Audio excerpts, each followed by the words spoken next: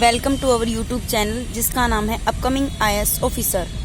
तो हमने last session में आर्टिकल 7 तक डिस्कस किया था, तो हम आगे डिस्कस करते हैं, जिसमें मैंने बताया था कि जो लोग भारत से पाकिस्तान और फिर पाकिस्तान से इंडिया आए हैं उन लोगों को नागरिकता अनुच्छेद 7 के तहत दी जाएगी। ठीक है, इसमें ये एक बात और बताई गई है, जिसमें ये बताया गया कि 1 मार्च 1947 से पहले गए और उनके लिए नागरिकता इसी अनुच्छेद के तहत दी जाएगी। और फिर बाद में एक रूल बनाया गया कि 19 जुलाई 1948 के बाद जो लोग भारत से पाकिस्तान और फिर पाकिस्तान से भारत आए हैं उन लोगों को नागरिकता रजिस्ट्रेशन बाय रजिस्ट्रेशन 6 मंथ का रजिस्ट्रेशन होएगा उसके तहत दी जाएगी। ठीक है, अब हम डिस्कस करते हैं आर्टिकल 8, जिसमें ये बताया गया कि विदेश में रह रहे लोगों को नागरिकता दी जाएगी जिसके माता पिता भारतीय हों। ओके, अब आर्टिकल 9 में ये बताया गया है कि किसी अन्य देश की नागरिकता होने पर भारत की नागरिकता समाप्त मीन्स जैसे कि अगर कोई व्यक्ति है, अगर वो फॉरेन में रहने लग जाता है और उसने किसी अन्य देश की नागरिकता ग्रहण कर लेता है तो उसकी भारत की नागरिकता अपने आप समाप्त हो जाएगी। ये हमारा अनुच्छेद 9 में बताया गया है। अनुच्छेद 10, इसमें ये बताया गया कि अगर कोई व्यक्ति देश विरोधी गतिविधियों एवं संविधान के विरुद्ध कोई कार्य कर रहा है तो उसकी नागरिकता सरकार के द्वारा छीन ली जाती है या खत्म कर दी जाती है। ठीक है, अंडरस्टैंड।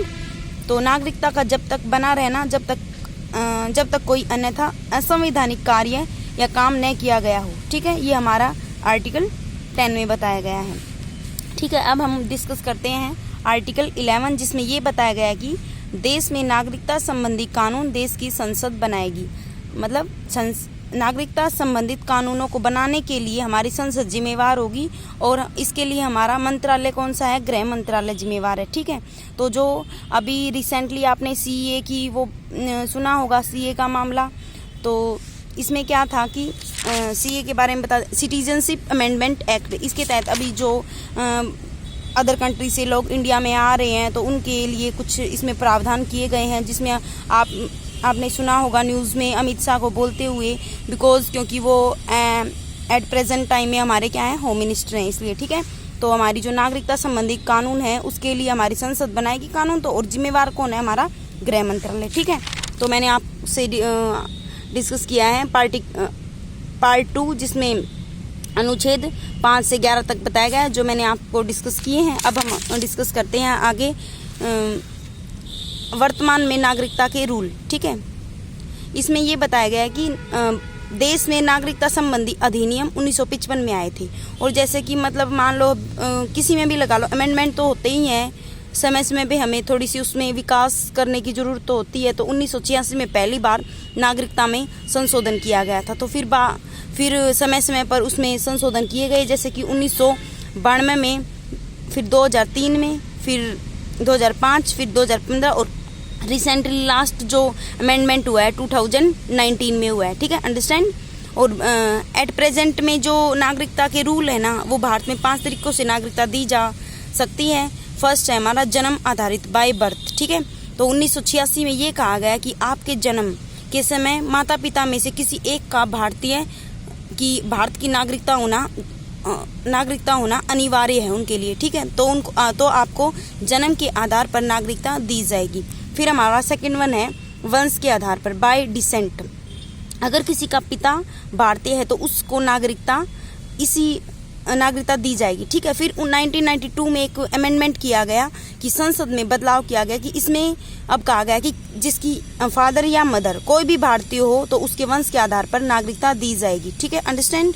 अब हम डिस्कस करते हैं बाय रजिस्ट्रेशन, पंजीकरण द्वारा। अगर कोई व्यक्ति 7 साल से भारत में रह रहा है तो उसको पंजीकरण के आधार पर नागरिकता दी जाएगी। ठीक है, जैसे जो हमारे कॉमनवेल्थ कंट्री है तो उनको बाय रजिस्ट्रेशन प्रोसेस के आधार पर क्या दी जाती है? हमारी नागरिकता दी जाती है। 4th नंबर है देशीकरण, नेचुरलाइजेशन। ओके, अगर कोई व्यक्ति लगातार 10 वर्ष तक भारत में रह रहा है उसे देशीकरण के आधार पर नागरिकता दे दी जाएगी। वो व्यक्ति कला, संस्कृति एवं विज्ञान में उत्कृष्ट स्थान पर हो। ओके, ठीक है, अंडरस्टैंड। अब इस देशीकरण के आधार पर आपने अभी रिसेंट में सुना होगा एक जो पाकिस्तान के गायक हैं, अब मेरे को नाम तो उनका ध्यान नहीं है, बट मैं अगले लेक्चर में आपको ज़रूर बताऊंगी उसका नाम, उनको देशीकरण के आधार पर नागरिकता दी गई है। ठीक है, अर्जित भूमि होने पर, मतलब मान लो इंडिया है, जो पीओके का एरिया है वो तो चलो अपना इंडिया का ही है। आगे जो जैसे कि हम फ्यूचर में पाकिस्तान के कुछ हिस्से पर कब्जा कर लें, तो जो उस कब्जे में जो लोग आते हैं ना, तो उनको नागरिकता अर्जित भूमि होने पर इस आधार पर दी जाएगी। ठीक है, तो वो भारत के नागरिक होंगे। ओके, तो अब आपने सुना होगा सीए, थोड़े रिसेंट में ये करंट में टॉपिक चल रहा था, citizenship amendment act. Pakistan, Afghanistan एवं बांग्लादेश में जो अल्पसंख्यक समुदाय के लोग हैं ना, वो 31 दिसंबर 2014 से पहले अगर इंडिया में आए हैं तो उन्हें CAA के आधार पर नागरिकता दी जा रही है। तो जैसे कि अल्पसंख्यक समुदाय कौन से हैं, जैसे कि पाकिस्तान में तो बहुसंख्यक कौन से हैं हमें पता है, मुस्लिम कंट्री ये तो, अफगानिस्तान भी और बांग्लादेश भी। तो जो उसमें अल्पसंख्यक थे, जो माइनॉरिटीज़ थी, उनके साथ उनका शोषण ना हो, तो सरकार ने ये कहा कि 31 दिसंबर 2014 से अगर आप पहले आए हो तो आपको CAA के तहत नागरिकता दी जाएगी। ठीक है, अंडरस्टैंड। अब हम डिस्कस करते हैं पार्ट 3, भाग 3, जिसमें क्या बताया गया है हमारा फंडामेंटल राइट्स, मूल अधिकार या मौलिक अधिकार बोलते हैं, जिसके तहत हम अनुच्छेद 12 से 35 तक पढ़ेंगे। ठीक है, अब हम थोड़ा मौलिक अधिकारों के बारे में थोड़ी बेसिक डिस्कशन है ना, वो स्टार्ट करते हैं। जैसे कि मौलिक अधिकार कहाँ से लिए गए हैं, अमेरिका से लिए गए हैं। ठीक है, और अमेरिका को इनको मौलिक अधिकार, फंडामेंटल राइट्स को क्या कहा जाता है, बिल ऑफ राइट्स कहा जाता है। Okay, understand. जो मूल अधिकार है हमारे नैसर्गिक बोलते हैं, इनको नेचुरल होते हैं, मतलब जो हमें बाय बर्थ ही मिल जाते हैं। ठीक है, इनके लिए कोई फॉर्म अप्लाई करने की जरूरत नहीं होती, ये हमें बाय बर्थ ही मिल जाते हैं। ये अपरिवर्तनीय मतलब इनफोर्सेबल होते हैं, मतलब इनको सरकार खत्म नहीं कर सकती चाहते हुए भी। ठीक है, कुछ प्रावधान है जिनके कुछ कंडीशन में इनको थोड़े समय के लिए निलंबित किया जा सकता है, बट खत्म बिल्कुल नहीं कर सकती। Okay, understand. मूल अधिकारों का संरक्षण कौन करता है, इनका प्रोटेक्टर कौन है, तो हमारा उच्चतम न्यायालय और उच्च न्यायालय, मतलब हाई कोर्ट और सुप्रीम कोर्ट है। ठीक है, और गारंटर कौन है फंडामेंटल राइट्स का, सुप्रीम कोर्ट और हाई कोर्ट। मतलब मान लो हमने कोई ये पेन ही किसी कहाँ से परचेज किया है, तो हम कहेंगे कि भाई इसकी वारंटी कितनी है, वो कहेगा 1 ईयर है, तो हम उसका गारंटर कौन है इस पेन का, वो शॉप वाला है ना। तो उसी तरीके से हमारा जो फंडामेंटल राइट्स हैं उनका गारंटर कौन है, सुप्रीम कोर्ट या हाई कोर्ट। ठीक है, अंडरस्टैंड। आगे डिस्कस करते हैं। मान लो हम अब कुछ जो इम्पोर्टेंट फैक्ट है वो डिस्कस करती हूँ मैं।